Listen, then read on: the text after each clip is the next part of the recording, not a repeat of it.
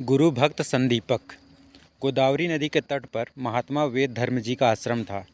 उनके आश्रम में अलग अलग स्थानों से वेद अध्ययन करने के लिए विद्यार्थी आते थे। उनके शिष्यों में संदीपक नाम का अत्यंत बुद्धिमान शिष्य था। वह गुरु भक्त भी था। वेदों का अभ्यास पूर्ण होने पर उन्होंने अपने सभी शिष्यों को बुलाया और कहा कि मेरे प्रिय शिष्यों, तुम सभी गुरु भक्त हो, इसमें कोई संदेह नहीं है। मुझसे जितना हो सका उतना ज्ञान तुम सबको मैंने दिया है, परंतु अब मेरे पूर्व जन्म के कर्मों के कारण आगे आने वाले समय में मुझे कोढ़ होगा, मैं अंधा हो जाऊंगा, मेरे शरीर में कीड़े पड़ जाएंगे, मेरे शरीर से दुर्गंध आने लगेगी। इसलिए अब मैं यह आश्रम छोड़कर जाने वाला हूँ और अपने इस व्याधि काल को काशी में निवास करके व्यतीत करूँगा। मेरा प्रारब्ध समाप्त होने तक मैं वहीं रहूँगा। तो आप सभी में से कौन कौन मेरे साथ आने के लिए तैयार है? गुरुदेव की यह बात सुनकर सारे शिष्य स्तब्ध रह गए। तभी संदीपक आगे आया। उसने कहा कि हे गुरुदेव, मैं प्रत्येक स्थिति में प्रत्येक स्थान पर आपके साथ रहकर आपकी सेवा करने के लिए तैयार हूँ। गुरुदेव जी बोले, देखो संदीपक, मैं अंधा हो जाऊँगा, मेरे शरीर रोग के कारण कैसा होगा, तुम्हें मेरे लिए अत्यंत कष्ट झेलने पड़ेंगे, इसलिए सोच समझ कर बताओ। संदीपक ने कहा, हे गुरुदेव, मैं किसी भी प्रकार का कष्ट सहने के लिए तैयार हूँ, बस आप केवल मुझे आपके साथ चलने की अनुमति दीजिए। दूसरे दिन गुरु वेद धर्म जी संदीपक के साथ काशी जाने के लिए निकल पड़े।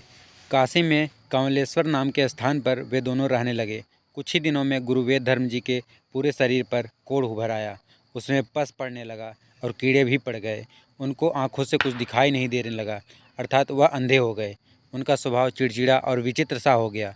जिस प्रकार गुरुदेव ने काशी आने से पहले बताया था, उसी प्रकार से उनकी स्थिति हो गई। संदीपक दिन रात बहुत लगन से गुरुदेव की सेवा करता।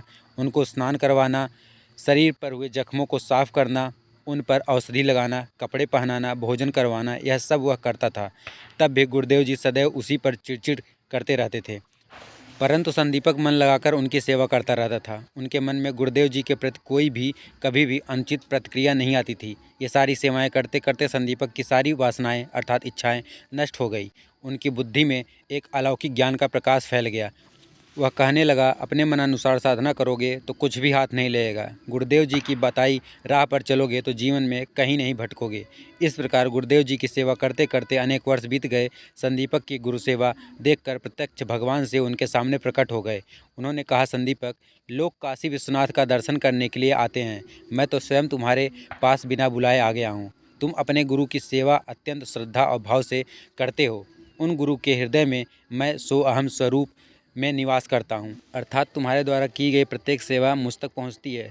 मैं तुमसे अत्यधिक प्रसन्न हूँ। तुमको जो चाहिए वो वर मुझसे मांग लो। संदीपक ने नम्रतापूर्वक भगवान शिव से कहा, हे प्रभु, आपकी प्रसन्नता ही मेरे लिए सब कुछ है। परंतु भगवान शिव जी ने कहा कि तुम्हें मुझसे कुछ तो मांगना ही पड़ेगा। भगवान शिव जी के ऐसे वचन सुनकर संदीपक ने कहा कि हे महादेव, आप मुझ पर प्रसन्न हो गए हैं, मेरा परम भाग्य है, परंतु मैं अपने गुरु के आज्ञा के बिना किसी से कुछ नहीं मांग सकता।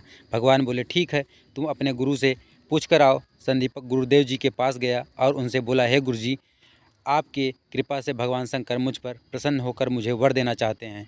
यदि आपकी आज्ञा हो तो मैं आपका कोढ़ और अंधत्व दूर होने के लिए उनसे वर मांगूं।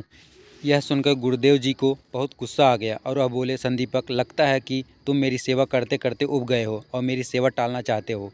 मेरी सेवा करके थक गए हो, इसलिए भीख मांग रहे हो। शिव जी जो देंगे उससे मेरा प्रारब्ध तो नहीं बदलेगा। चले जाओ।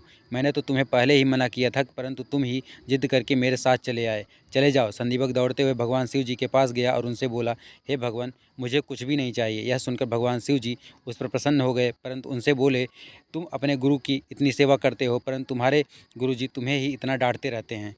अपने गुरुदेव की निंदा संदीपक को अच्छी नहीं लगी। वह बोला, केवल गुरु कृपा से ही शिष्य का भला होता है, और उस स्थान को छोड़कर वह गुरुदेव की सेवा करने के लिए चला गया। भगवान शिव जी ने यह बात भगवान श्री विष्णु को बताते हुए संदीपक की गुरु भक्ति का वर्णन किया।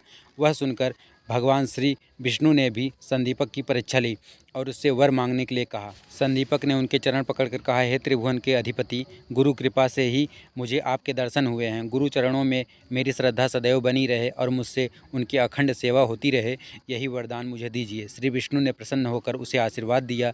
जब महात्मा वेद धर्म जी को यह बात पता चली तब अति प्रसन्न हो गए। उन्होंने संदीपक को गले लगाया और आशीर्वाद देकर कहा, वत्स, तुम ही मेरे सर्वश्रेष्ठ शिष्य हो।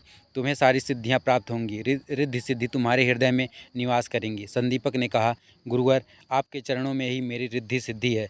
आप केवल मुझे निरंतर आनंद अवस्था में रहने का आशीर्वाद दीजिए। उसी समय महात्मा वेद धर्म जी का कोढ़ नष्ट हो गया। उनका शरीर पहले की तरह ही से ही कांतिमान हो गया। गुरुदेव ने अपने इस प्रिय शिष्य के सत्व की परीक्षा लेकर उसे ब्रह्म विद्या का विशाल खजाना समर्पित किया। तो दोस्तों, यह कहानी आप लोगों को कैसी लगी हमें कमेंट करके जरूर बताएं, और भी ऐसे रोचक कहानियों के लिए हमारे चैनल को जरूर सब्सक्राइब कर लें। धन्यवाद।